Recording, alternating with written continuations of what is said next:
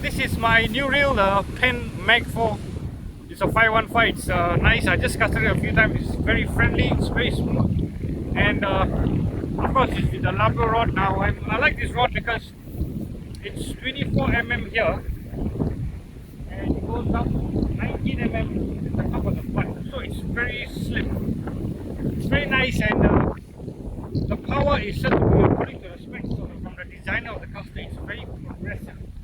But today, the wind is so strong, it's really the headwind. I don't know whether I can do any pendulum cast, but I'm just going to try to do a few off the ground casts. And it's very hard to cast this very strong wind, but I'll see what I can do.